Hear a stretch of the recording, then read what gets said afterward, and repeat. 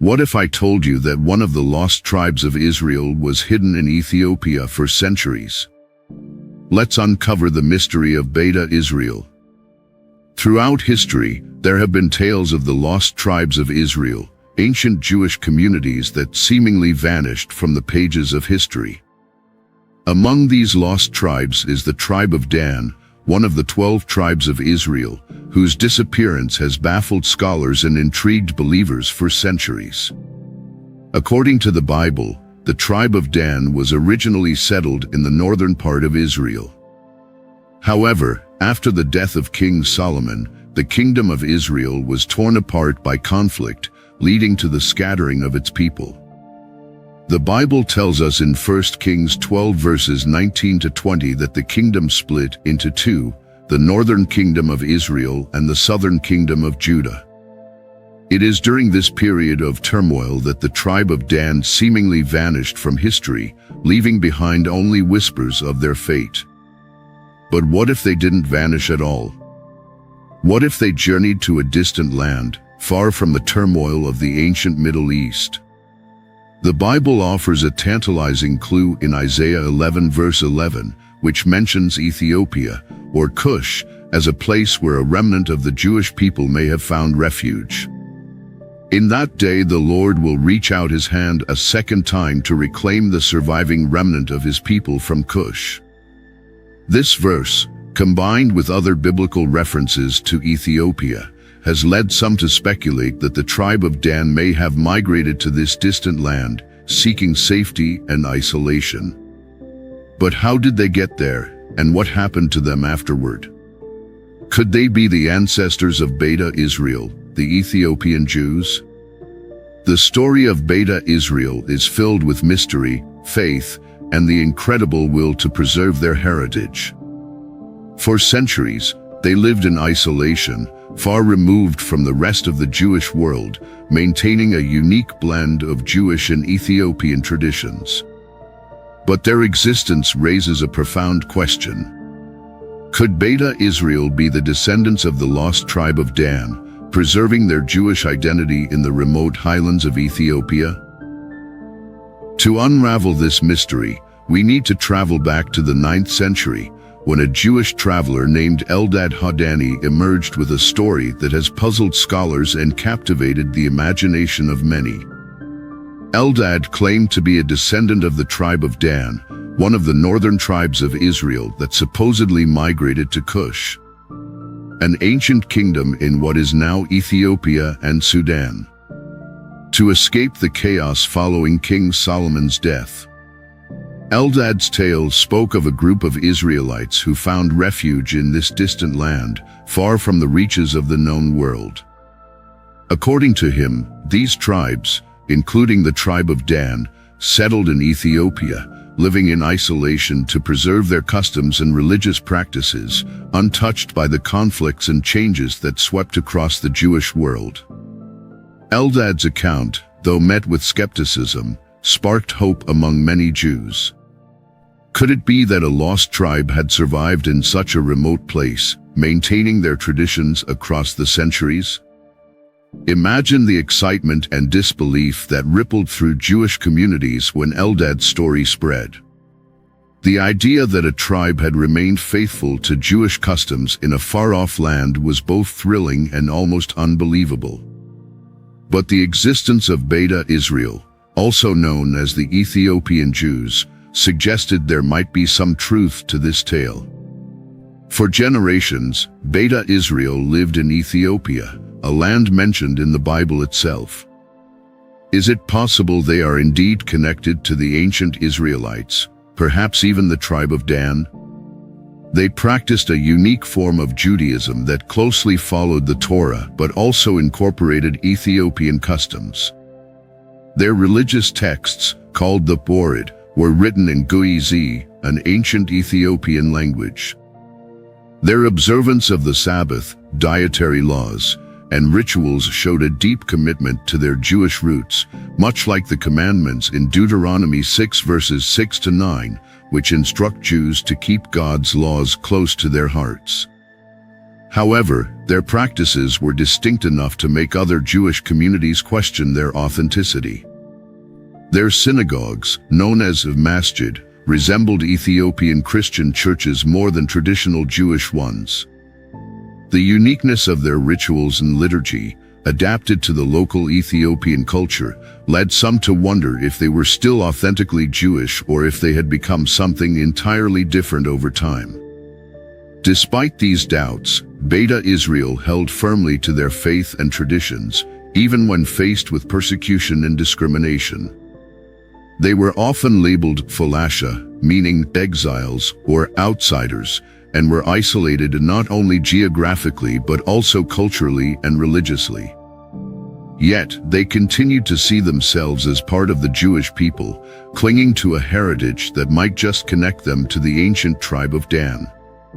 As the world began to learn more about Beta Israel, questions persisted. Were they truly the descendants of one of the lost tribes of Israel? Or were they a separate group that had adopted Jewish customs in isolation?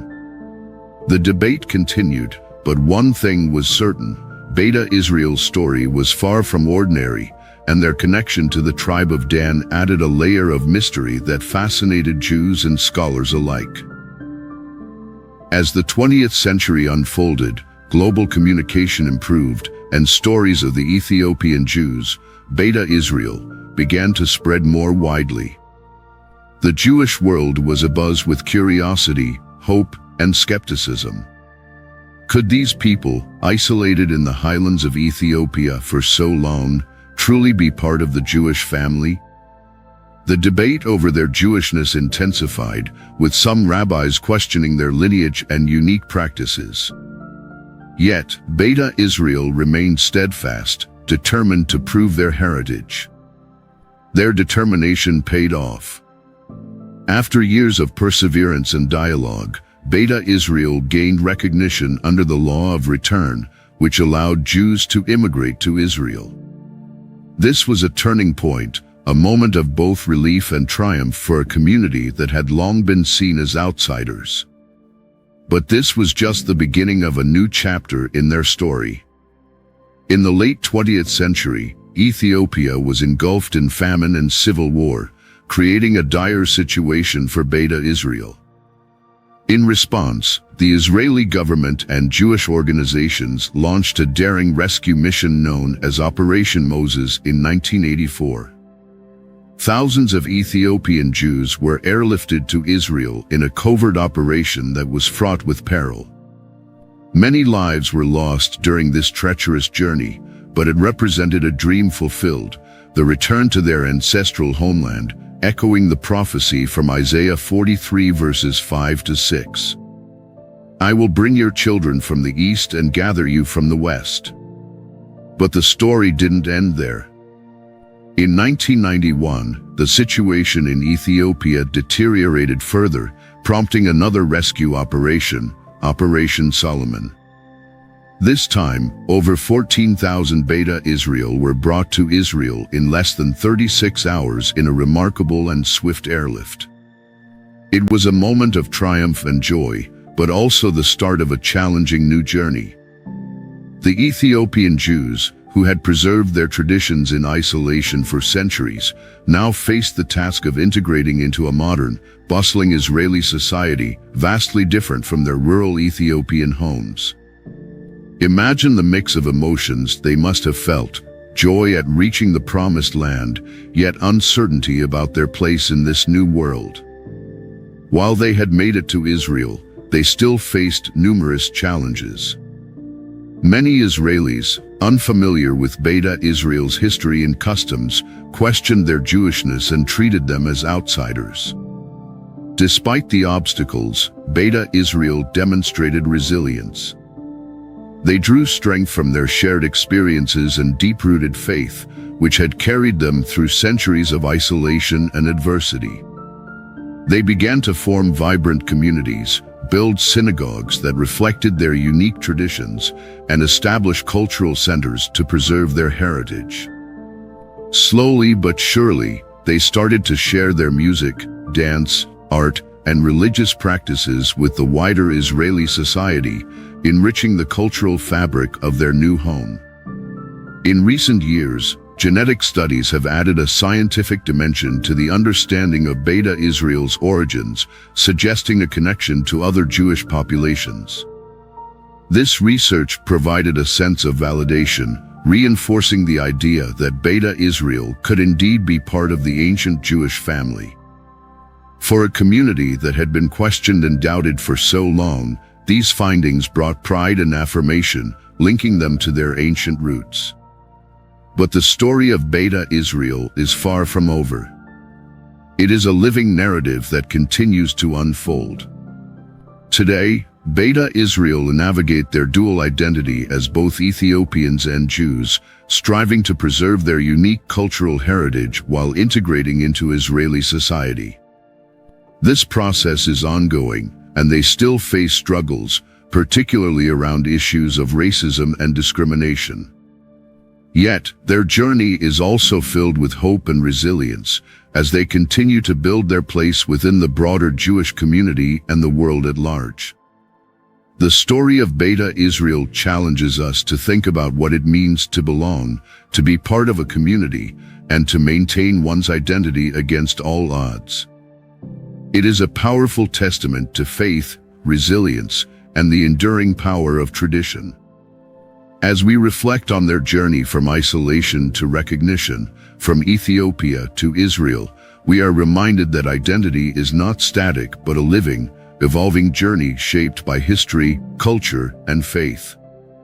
And so, the mystery of the tribe of Dan and the story of Beta Israel continue to captivate us, inviting us to explore the depths of our own identities and histories.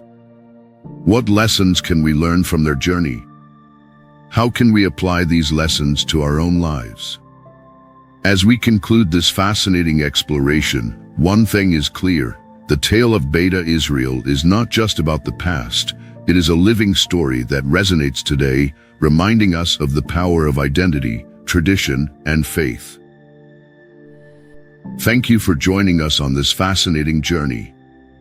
If you found this video enlightening, please like, share, and subscribe to our channel for more insights into biblical stories and their hidden meanings.